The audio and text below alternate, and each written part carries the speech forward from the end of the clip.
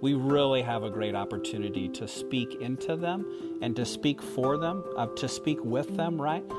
We get to be the comfort to them, the Father of all comforts, right? We get to be the comfort in all things, and to be able to speak intentionally to their kids, even if they don't have an issue, even if they're not struggling or in grief or any of that type of stuff, they still are learning. Welcome, everyone, to Breaking Bread, the podcast brought to you by Apostolic Christian Counseling and Family Services. I'm delighted to have Craig Stickling with me by phone. Craig, it's great to see your face through the portal of cyberspace here. Yes, glad to be able to connect with you today, Matt. Craig, these are interesting times, and interesting times often pose interesting challenges. If anybody out there is like me as a parent, I find myself out ahead of myself making mistakes, and as I review the things that I say and the way that I act towards my children, I realize that, I should have been more thoughtful about that, or I'm not sure I handled that correctly. So we want to narrow our scope, Craig, to our children and our young people as we help them navigate these waters of COVID-19, and specifically thinking about some of the loss that they have incurred and helping them walk through that loss. Does that scope make sense to you? Oh, absolutely. How do we as parents get to speak into our kids during this time, to engage our kids purposefully, even during this time is a huge opportunity that we have. Yeah, and I want to paint a bit of a spectrum here, because when we talk about grief, when we talk about loss, okay, that's a huge bucket topic everywhere from I think it's been said capital G grief to lowercase g grief, or capital L loss in terms of loss of loved one, right? All the way to a lowercase l loss, which is loss of maybe a privilege or loss of something less. Okay, Craig. Yeah. Pardon me a moment while I inform my family that I'm doing this recording. Just a second. Hey guys, I'm on the phone and I'm recording something. I'm so sorry that there's some real heartache. What's the matter? Said that he could kill me right now. Okay. Well, he's wrong. And he's not. Where's Garrison at? Downstairs. Okay. I'm on the phone and I'm recording something, okay? All right. Thank you. Well, Craig, that's proof enough that this is not hypothetical for me. Okay. Here we go. I want our listeners to know that when we mention grief and we mention loss, we're including that whole spectrum, from the big and heavy things to the seemingly small things. But it's the seemingly small things that have put this on my radar, Craig, okay? As I have engaged with some of my children, I will find that there'll be anger, right? There's anger about something. And as a parent, I just process it as my child is angry, stop that. And with a little bit more thoughtfulness, as I listen to them, I realize there's a loss that is coming out as anger. Yeah. At the core of it, there's a very, very understandable loss. And let me give you one example, and then I'll stop talking.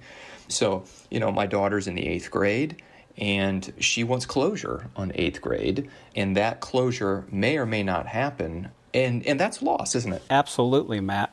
It's a loss, and yet one house it might not be a big deal, and another house it's a huge deal. And within the house, from one child, it's not a big deal, and to the other child, it is a huge deal. Craig, help me as a parent think through what you think through all the time as you engage with kids.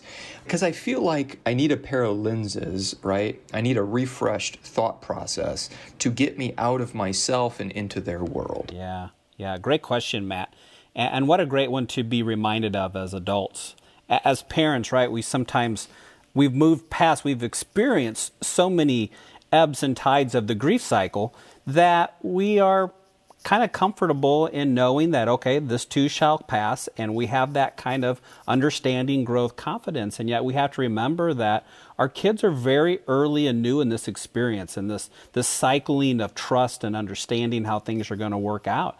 And this is newer ground to them. And so we have to remember a little bit that they're still learning. I'm processing my surroundings based on my full experience. And part of that experience is realizing, as you mentioned, this too shall pass, that there is a cycle. There are waves to grief, waves to loss that are very intensely upon me. But somewhere in my mind, as adults, we do kind of have the wherewithal that the wave will recede. Yeah.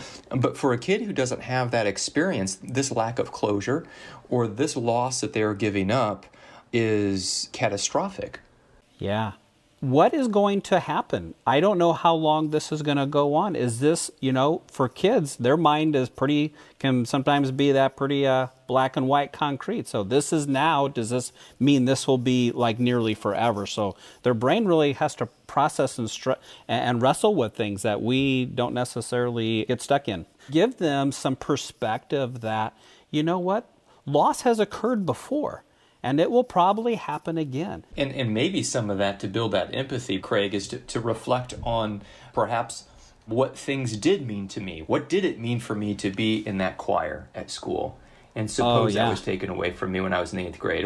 Or imagine my senior year basketball squad got canceled. Boy, it takes a real effort for me to go back and to place myself into their reality. Yeah. But that's important, isn't That's huge to remember. And I think it's a great connection piece, right?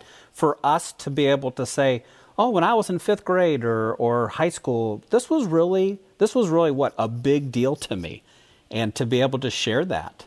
I have a class from my school that we're still trying to connect with through some of the online mechanisms. And as I've reached out to them and just kind of asking them, they're 8th graders. Hey, how are you doing? How are you handling this?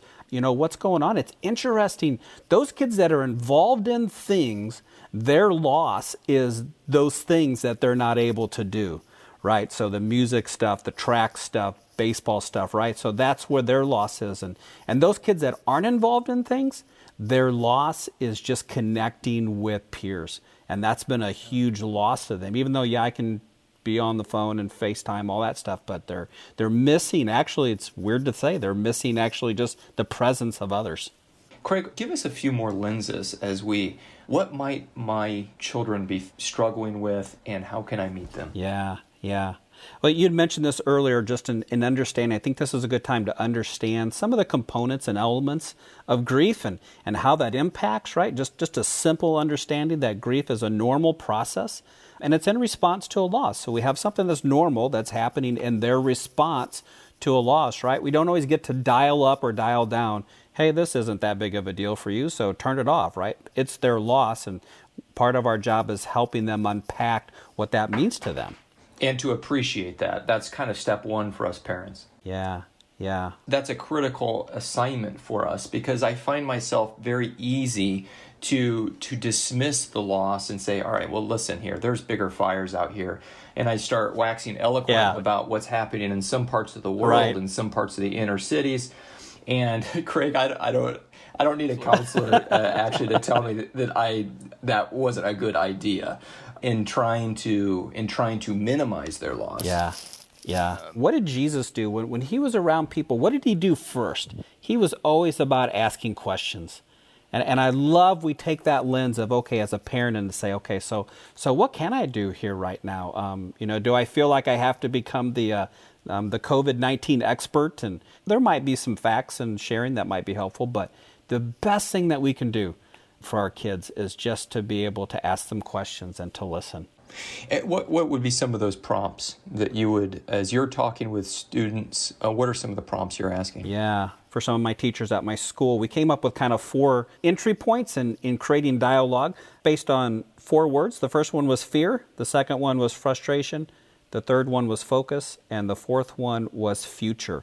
I can think about my child or this young person's well-being perhaps in some of these 4 different ways. So I like that. That's helpful. Right. So please unpack that. As we connect with our kids, I like having the number line picture, right, of 0 to 10 and from low to high, right, and giving our kids a measurement scale to be able to say, what level of pain are you? And so it's always good as we talk with our kids to ask them, so where would you say you would fall into this? What number would you give yourself between low, not at all to high, oh, I'm thinking about this all the time. So it's good to keep that in mind, too, to be able to get a measurable feedback, too, from our kids. So let's start with that first one, fear. Yeah. Kind of walk us through what that might look like as we engage young people. You know what? This is the, I think it's a hard one, but it is such a necessary one to speak about the fear of, hey, what are you worried about? What are you really concerned about right now?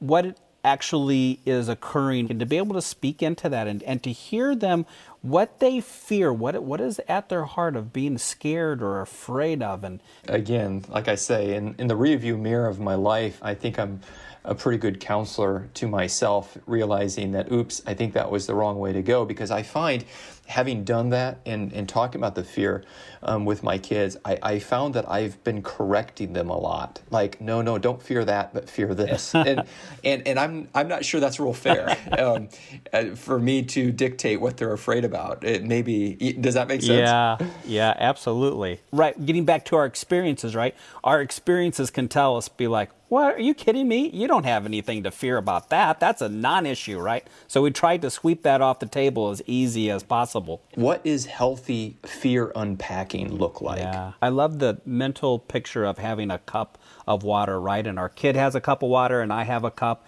And I've got important things that I want to pour into their cup, right? So I got understanding, I've got insights, I can see bigger pictures of where things are at, and I want to pour that into their cup. But if their cup is full, and all I do is pour into their cup, my cup, we just end up with a mess, right? And so I want to make sure I get their cup poured out, right? So that's where I'm asking them and I'm processing, and I'm not doing the, okay, well, that's inaccurate. Okay, let me nail that one, and we can put that off the table, as that's not a big deal. We just listen, and we're like, okay, wow, yeah, I could see that. Tell me more. Why would you? So are you saying through that dialogue and allowing them to elaborate on their fears, that's one way to get to allow their contents to come out of the cup?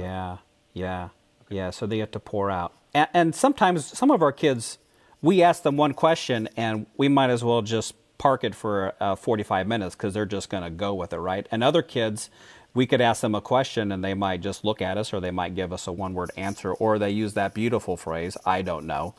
Yeah. So sometimes I'll ask a kid, well, if you did know, or if one of your friends was going to answer this question, what do you think your friend would say? So we just kind of take a little bit of pressure off, but we don't, even kids who say, I don't know, still know something.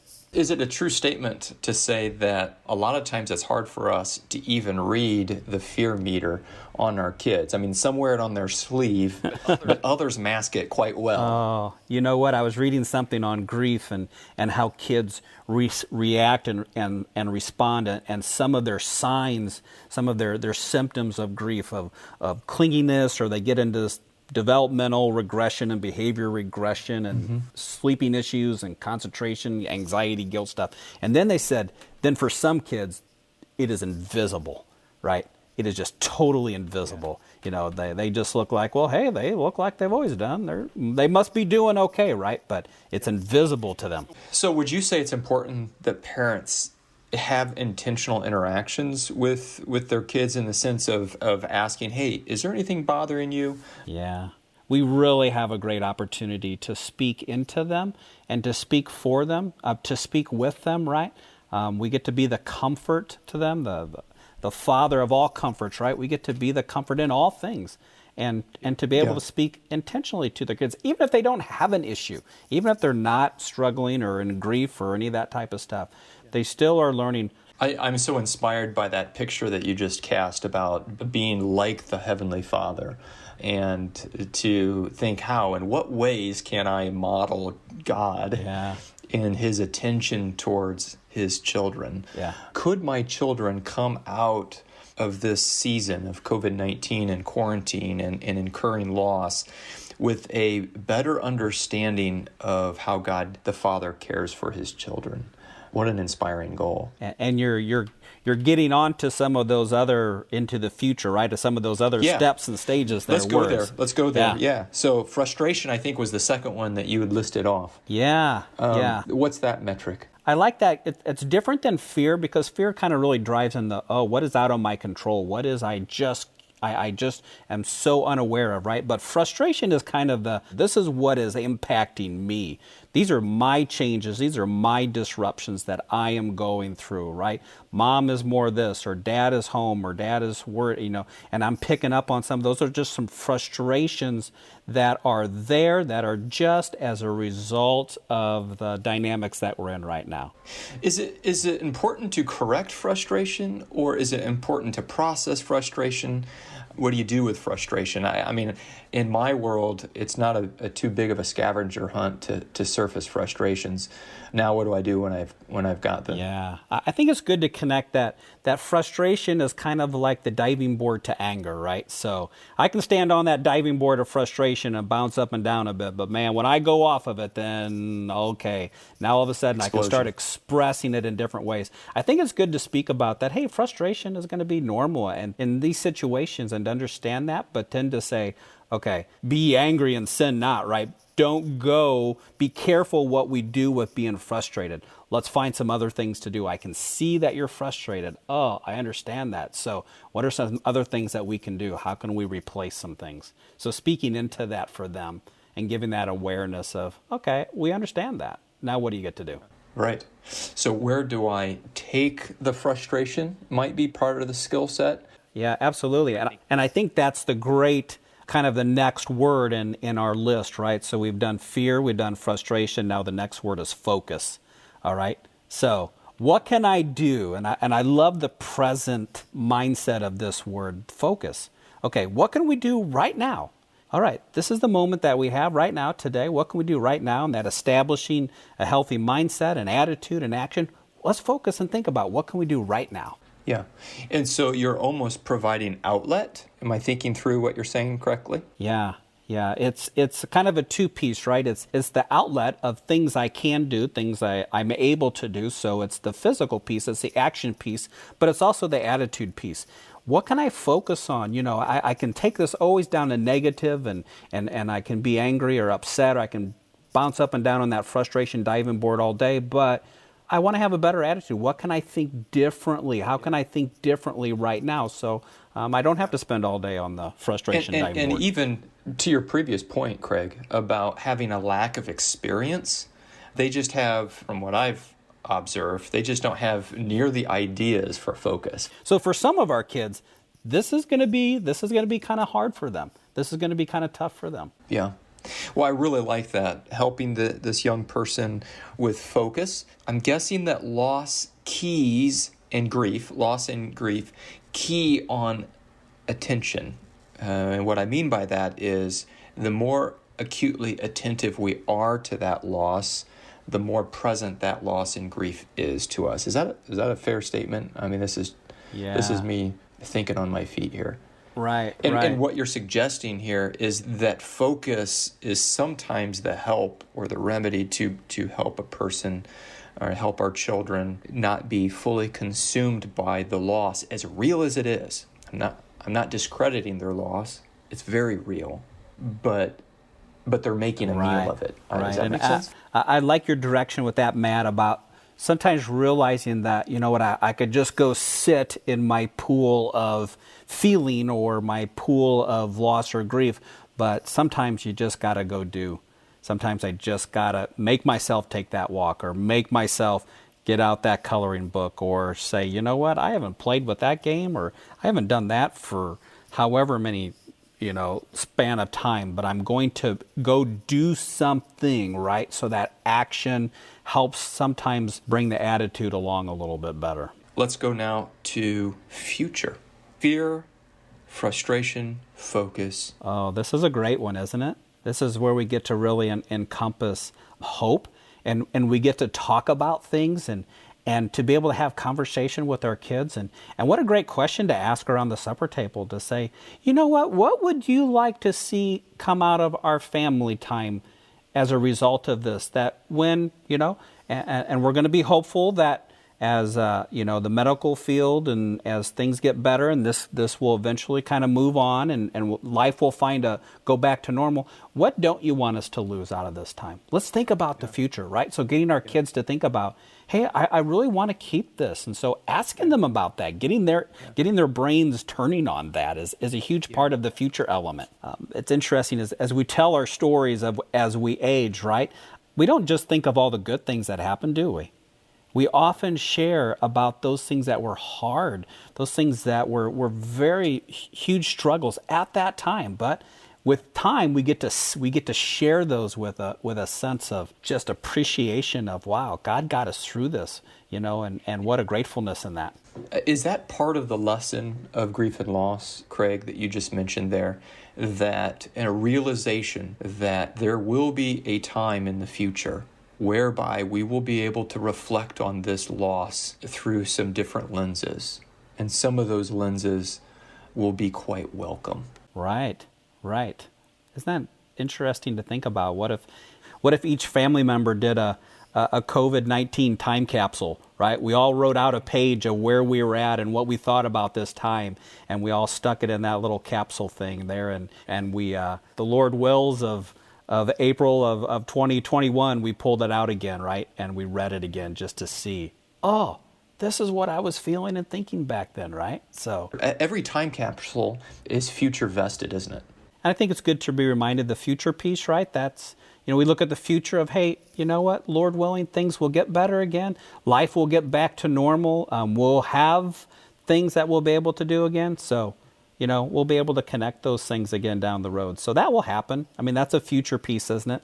And also then there's the future piece of, what do I want to learn about this? You know what? We don't ever want to waste suffering. So what do I think God wants me to learn about this? What can I learn about this? So what's a future piece that we can take and grow out of the... Wow, we never want to waste suffering. That's I think a profound statement, but very true. We get this opportunity to teach that to our kids, right? I think one of the objectives of this podcast is that we as parents need to be the astute ones and put some of those pieces together, connect some of those dots that our kids are not going to connect for us. And I love that we don't necessarily have to come in with the expert hat, but we just get to say, you know what? I would like to know. I would think that this would be tough. Help me understand if I'm correct with where you're at or not. We can't change some things, but to be able to affirm to them, you know what? That has to be really hard. And you know what? I'm sorry for you in that. And that just makes my heart hurt because I love you. You're my child, right? Is there a PTSD is probably too heavy of a term, but that's the nuance that I'm trying to get at here. That should we expect that we won't return to normal with a flip of a switch, and there might be some processing even once this passes? Yeah. I think that's very fair to say. We don't necessarily know what that will look like in our kids. We know that some will be hugely impacted. I think of that, high school senior or the person who this was the year that their baseball team was going to be so good, or we had the track relay that was supposed to win state or win or whatever, and to have that all of a sudden not there, that's going to be a huge, I had the solo at the spring performance and that's not going to happen, or I had the graduation speech to share. Should we be thoughtful even just realizing that there's going to be some residual to that even on into the future? We're living through it now, real time, but we're still going to live it in reflection. Right. And just because by the calendar the senior year is over, the loss is still very present. Yeah. And you bring up a great piece about grief. Not everyone operates on the same timeline.